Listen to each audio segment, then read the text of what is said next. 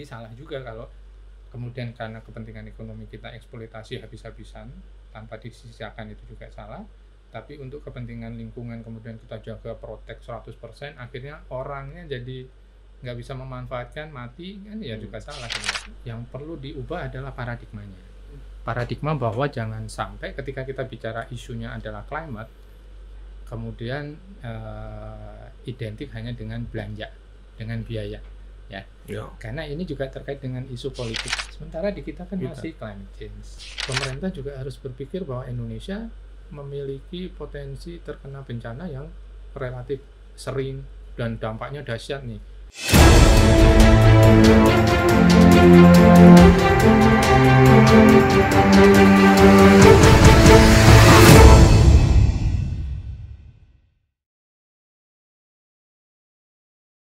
Selamat datang di UTAS Kemitraan, podcast yang membahas isu tata kelola pemerintahan di Indonesia. Kali ini kita akan berbincang dengan salah satu ekonom lingkungan hidup yang kebetulan saat ini sedang berada di birokrasi, khususnya di Badan Kebijakan Fiskal Kementerian Keuangan Republik Indonesia.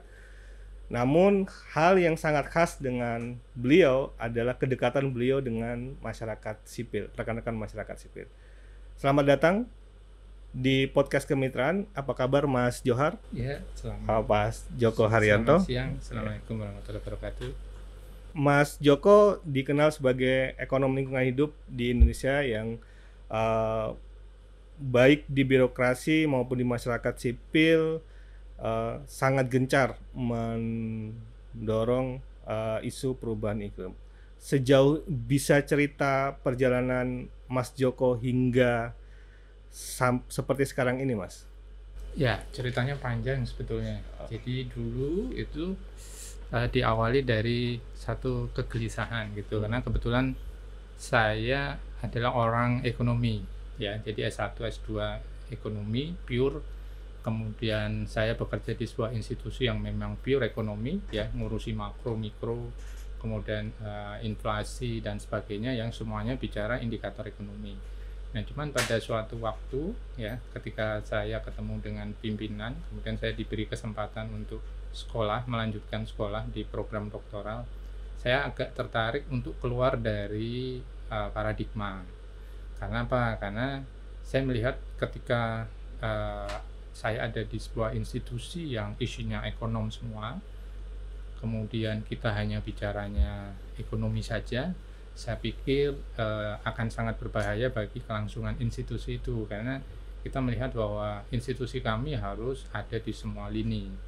Dan kedepannya juga di periode itu sekitar tahun 2008, saya berpikir bahwa problem lingkungan itu akan menjadi suatu hal yang eksistensinya akan menjadi sangat signifikan. Karena kebetulan juga waktu 2008 itu saya terlibat di dalam proses inisiasi revisi Undang-Undang Pajak dan Retribusi Daerah, dan salah satu terobosan baru yang sebetulnya sangat signifikan, ya, sangat inovatif di periode itu, tapi akhirnya kandas secara politik adalah inisiatif kami untuk memunculkan sebuah mekanisme yang disebut dengan pajak lingkungan.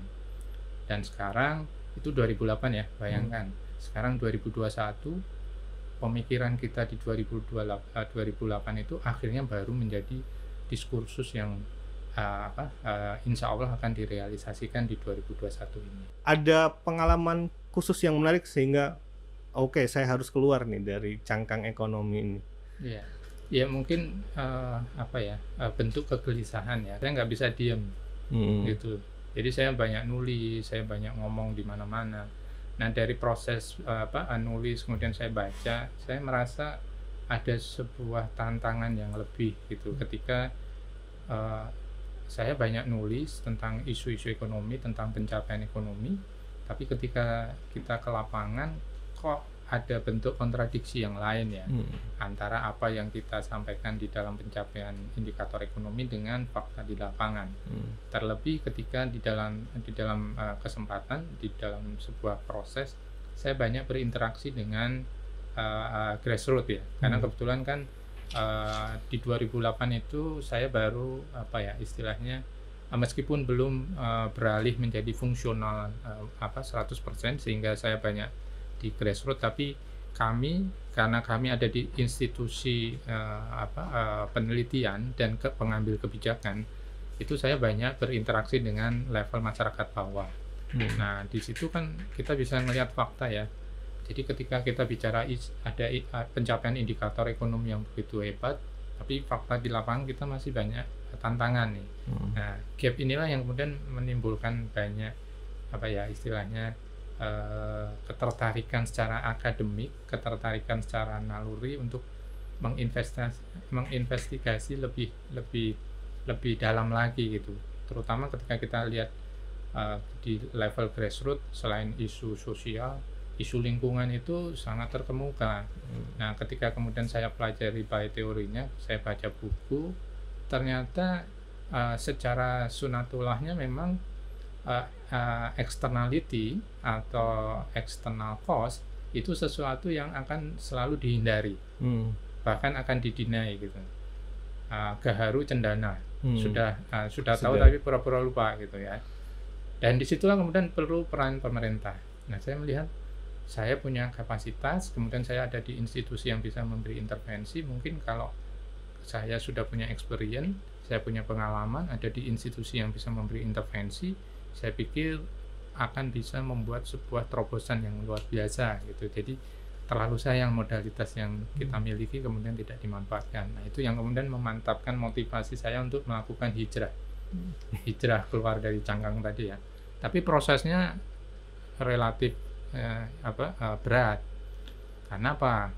Baik secara akademik maupun secara relasi sosial, ketika saya masuk ke sebuah dunia baru ya, dunia lingkungan, itu tentu banyak cibiran dalam arti karena mereka tahu background saya adalah ekonomi, ya saya selalu jadi model gitu.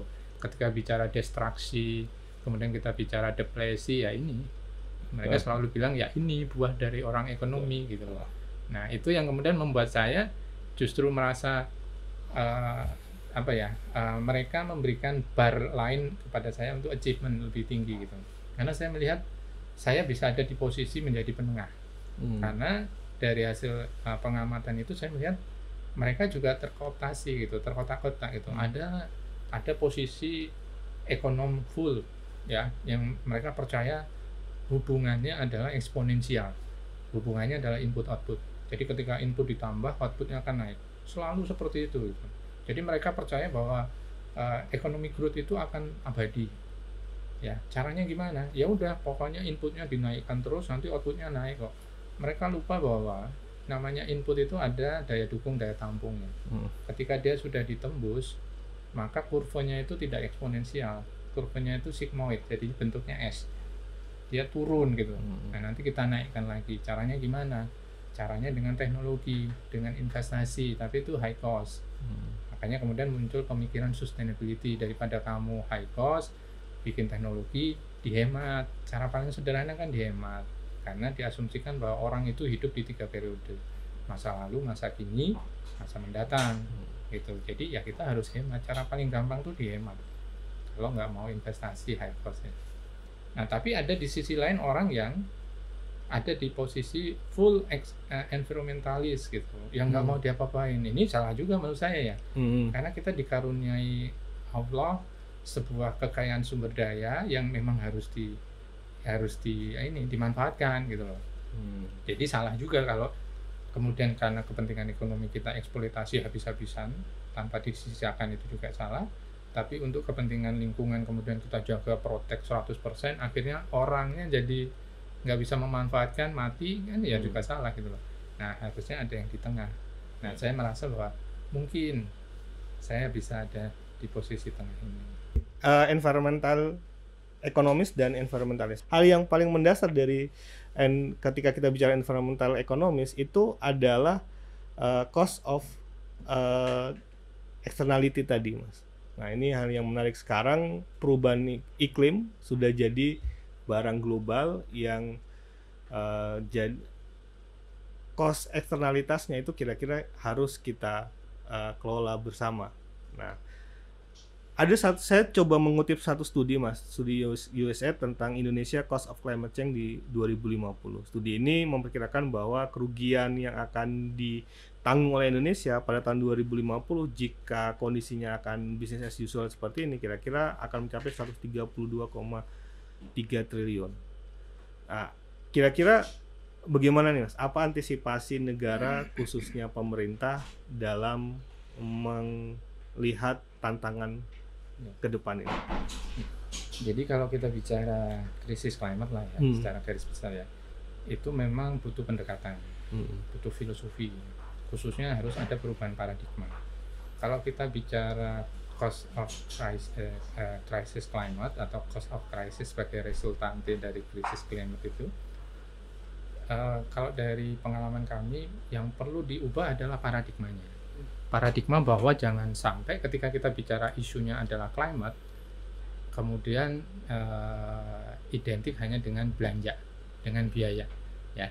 Karena ini juga terkait dengan isu politik. Sebenarnya kalau Mas Heri lihat nih ya, konstelasi politik global akan menarik kalau kita bisa amatin apa yang dilakukan oleh masing-masing negara menggunakan terms terkait dengan tadi ya, externality. Contohnya Australia. Australia mereka pilih nomenklaturnya adalah carbon netral misalnya ya. Karena apa?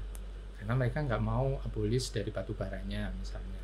Tapi mereka akan menggenjot greennya gitu loh. Tapi green sementara batu baranya tetap jalan sehingga dia istilahnya di carbon netralkan. Tapi dia pakai terms yang dia pilih adalah carbon netral. Dan kalau kita lihat ya secara perjalanan politik di Australia, ketika isu red plus misalnya belum jadi plus ya, masih red tahun 2007-2008, mereka salah satu yang leading. Saya ingat banget tuh ketika kita nyusun white paper, kebetulan dibimbing sama Profesor Roscarno itu, mereka adalah salah satu leading terkait dengan isu pasar karbon di dunia. Gitu. Bahkan ketika kita menurut saya kita belum siap, mereka udah kemana-mana tuh ya, mereka udah achievementnya luar biasa. Tapi dengan berjalannya waktu 2014, 2013-an ketika Perdana Menteri Julia Gillard atau siapa itu saya lupa, terjadi perubahan drastis terhadap kebijakan politik climate change mereka. Karena Perdana Menteri kemudian membubarkan Departemen Climate Change-nya, dan itu punya implikasi yang panjang sampai ODA-nya untuk isu climate change itu di stop semua, termasuk yang ke kita gitu. Karena dulu sampai 2013 ya programnya Australia untuk Indonesia Climate Change ini termasuk yang luar biasa ya, bareng dengan Inggris. Cuman bedanya kalau Inggris fokusnya ke isu energi, kalau Australia land based sector. Tapi begitu politiknya berganti, bergoyang, akhirnya mereka juga mengambil kebijakan yang radikal gitu. Atau misalnya kita lihat terms yang dipakai oleh Korea Selatan, mereka menggunakan istilahnya adalah green growth. Karena apa?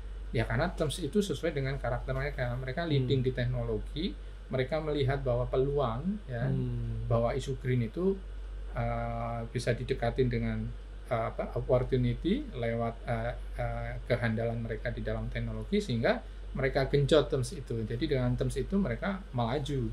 Mereka merasakan benefit dari isu climate change. Mereka nggak pakai termsnya, nggak pakai climate change ya. Mereka termsnya adalah green growth. Ya, karena mereka melihat bahwa for the time being isu green adalah teknologi dan mereka leading di teknologi, jadi mereka nyaman dengan isu itu. Sementara di kita kan masih climate change ya, kemudian pendekatannya masih belanja, masih biaya, masih cost gitu loh. Jadi agak berat memang, karena contohnya gini, misalnya saya datang ke Mas Heri orang finance gitu. Ketika saya datang bawa isu climate change as a cost gitu, Mas Heri pasti udah resisten dulu. Ngapain? Pasti minta tambahan belanja ya, tambahan biaya ya. Atau misalnya Mas Heri orang pajak gitu. Ngapain? Minta insentif ya gitu. Atau misalnya orang pembiayaan, ngapain? Minta tambah pembiayaan ya. Beda kalau saya climate change, kemudian saya datang ya, kemudian menawarkan konsep baru. Bukan cost, tapi apa? Revenue center. Jadi climate change is a revenue center gitu. Jadi diskusinya enak. Sekarang kan kondisinya lagi krisis pandemi nih. Yuk kita diskusi mencari sumber-sumber pertumbuhan ekonomi baru, karena ekonomi konvensionalnya stuck. Berarti kan harus kita melihat ada opportunity baru nih. Caranya gimana? Kita kembangkan sumber-sumber pertemuan yang berbasis green. Contohnya apa? Misalnya tourism. Tourism itu kan contoh paling gampang green recovery, ya kan? Karena apa? Karena ke depan yang namanya wisata, mass tourism itu udah lupakan lah. Nggak mungkin ya wisata ke depan tuh orang datang berbis-bis, kemudian anak-anak keluar, wah rame kayak zaman dulu. Ya itu udah nggak mungkin. Ya, tourism destinasi kemudian identik dengan queue yang panjang banget itu, yang tiketnya harus antri, itu lupakan. Ya, pasti nggak akan laku lah, karena memang di destinasi di new normal kita harus berpikir ya green recovery untuk tourism. Misalnya apa ya, kita harus setting quality tourism. Karena ke depan nggak bisa kita menggerakkan tourism ala kadarnya gitu loh, dengan model existing yang dulu nggak bisa lagi, karena periodenya udah bukan lagi periode normal. Gitu. Kita bicaranya adalah quality tourism. Nah, ketika kita bicara quality tourism, ya isu climate change itu bisa diskusinya lebih enak karena bicaranya revenue. Dan kebetulan saya orang Jogja, ya Mas Heri, Bapak Ibu yang lainnya silahkan datang ke kami. Ya, Gunung Kidul itu ya silahkan pilihlah, semua desa wisatanya itu sudah berbasiskan green recovery, tinggal pilih saja gitu, dan semuanya inklusif. Kalau pernah dengar yang namanya Gua Jomblang ya, yang vertikal itu, tahu nggak kenapa Gua Jomblang itu dibatasi atraksinya cuma sampai jam 4? Karena apa? Karena ketika Mas Heri turun, yang narik itu warga desa, semua warga desa tuh narik, tambangnya itu yang narik warga desa. Mereka nggak pakai mekanikal. Karena apa? Karena mereka mau membagi dampak pariwisata supaya dirasakan semua warga desa. Ketika semua warga desa terlibat, mereka itu merasa memiliki usaha turisme itu. Jadi inklusif.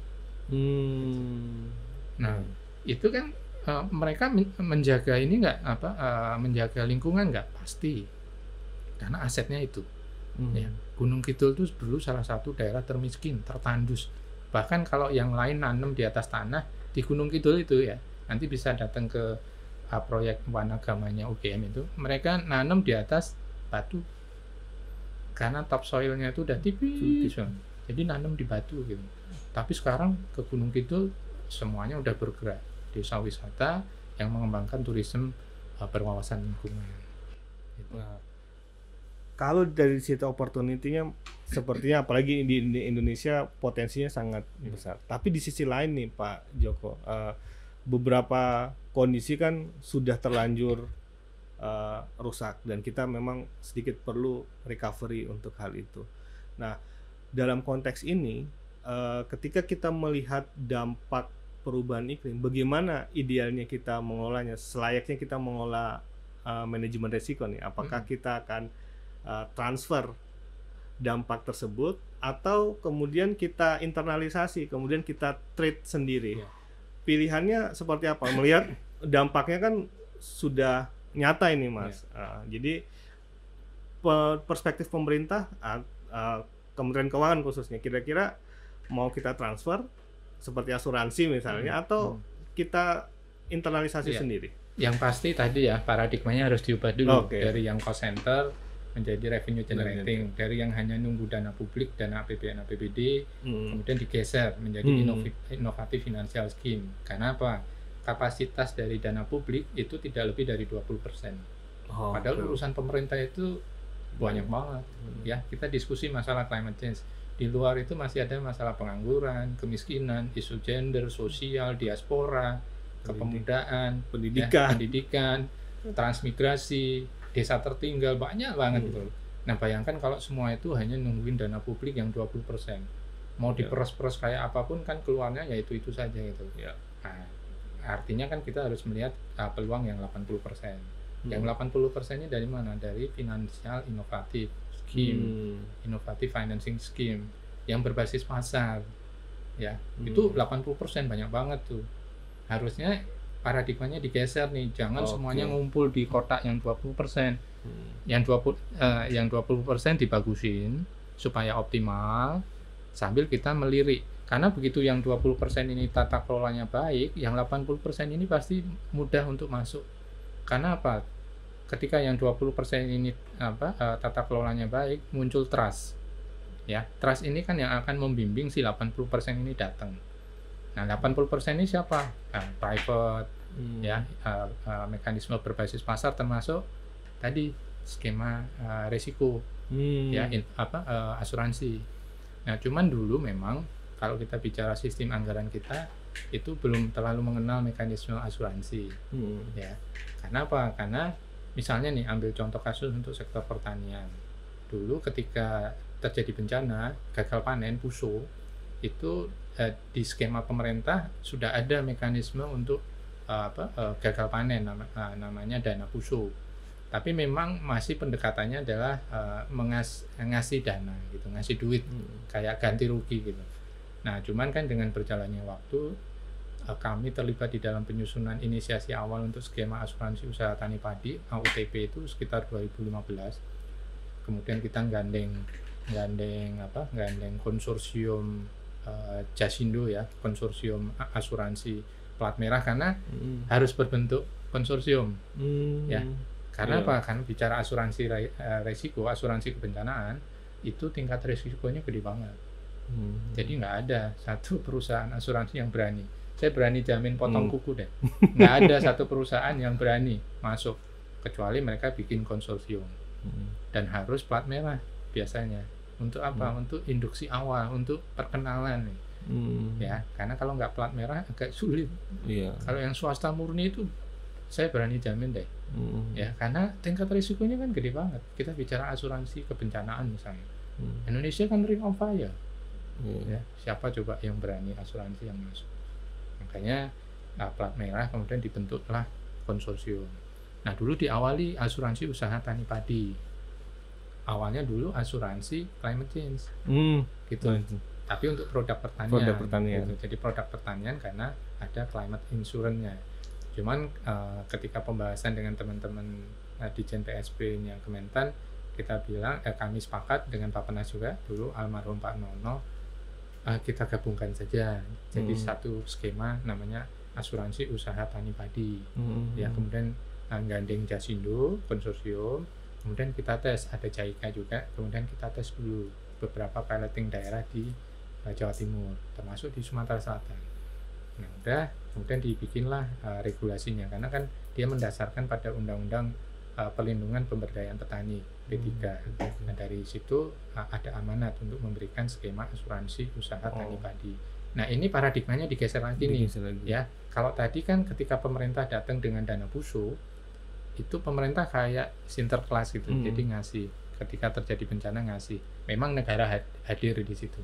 Tapi dengan skema asuransi kemudian digeser paradigmanya. Petani dibiasakan untuk berasuransi. Ketika kita bicara pertanian, tingkat risikonya gede banget.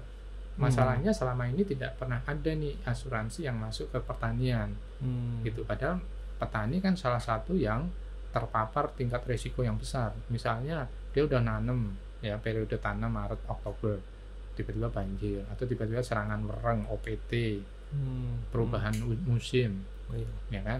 Nah, cuman setelah dibikin petunjuk teknisnya, kemudian diuji cobakan, kami juga mendorong teman-teman Kementan itu, sisi baiknya dari skema awal uji coba AUTP ini, asuransi usaha tani padi ini, adalah kita mendorong sekaligus untuk petani mulai mempraktekkan good practices farming system gitu. Jadi ya, diberi asuransi, kemudian menurut undang-undang kan, undang-undang P3 itu kan pemerintah membantu subsidi preminya 2/3. Jadi preminya itu 180.000 per tahun per periode tanam, 2/3-nya di subsidi pemerintah, 1/3-nya oleh petani gitu. Nah, tapi di dalam klausulnya juga dikatakan mereka akan dibayarkan ketika terjadi klaim asal mereka melakukan good practices di dalam sustainable farmingnya gitu. Jadi ini mendorong supaya mereka juga mengarah. Nah, setelah AUTP ini jalan, teman-teman Kementan bergerak ke sektor yang lain. peternakan, ya peternakan. Nah, kemudian ada variasinya, ada yang pakai subsidi pemerintah, ada yang semi komersil. Nah, cuman memang kalau belajar dari pengalaman yang semi komersil, yang non subsidi, terutama ternak sapi, itu malah berjalan baik, gitu, ya. Jadi peternak sapi itu malah mau skema asuransi ternak sapinya mereka tuh malah seneng banget gitu, ya. Cuman asuransinya juga punya kiat-kiat untuk menghindari moral hazard ya. Makanya dipasang barcode, kemudian dilihat ketika terjadi klaim, ini bukan karena disembelih sendiri ya, jadi memang karena ada kejadian dan sebagainya. Juga yang terjadi dengan AUTP. Nah, dari proses AUTP itu kemudian bergerak lagi ke asuransi nelayan. Nah, nelayan itu malah lebih komplit, karena nelayan itu ada untuk jiwa. Jadi misalnya melaut ya, kemudian nggak balik, ada asuransinya, sama asuransi saprodinya, sarana produksinya, khususnya kapal. Nah, itu dikelola di teman-teman KKP. Bagus kalau asuransi nelayan itu agak komplit. Nah, dengan perubahan paradigma yang mulai bergerak itu, kemudian kami melihat potensi lain, ya. Karena kita kemudian melihat di dalam paradigma yang lebih besar ketika bicara asuransi kebencanaan. Nah, ini kembali ke isu awal yang tadi. Pertama, ada nggak risk assurance untuk natural disaster yang mau mengcover, karena berat, ya, preminya gede banget. Cuman pemerintah juga harus berpikir bahwa Indonesia memiliki potensi terkena bencana yang relatif sering dan dampaknya dahsyat nih. Dan semuanya hanya menggunakan dana APBN. Gitu. Jadi benar-benar dana APBN ini jadi tumpuan segalanya. Saya ambil kasus contoh misalnya tsunami Aceh. Itu APBN keluar sampai 75 triliun. Ya. 2004 ya. Kemudian ketika daerah kami nih, Bantul ya, itu keluar sampai 45 triliun. Belum yang Sigi, Palu. Nah, bayangkan kalau padahal kita punya high risk untuk terjadi bencana natural disaster itu. Nah, kalau setiap bencana kemudian hanya APBN jadi tumpuan, bayangin ya, di satu sisi tadi udah direbutin semua sektor, di sisi lain begitu bencana kemudian satu-satunya sumber.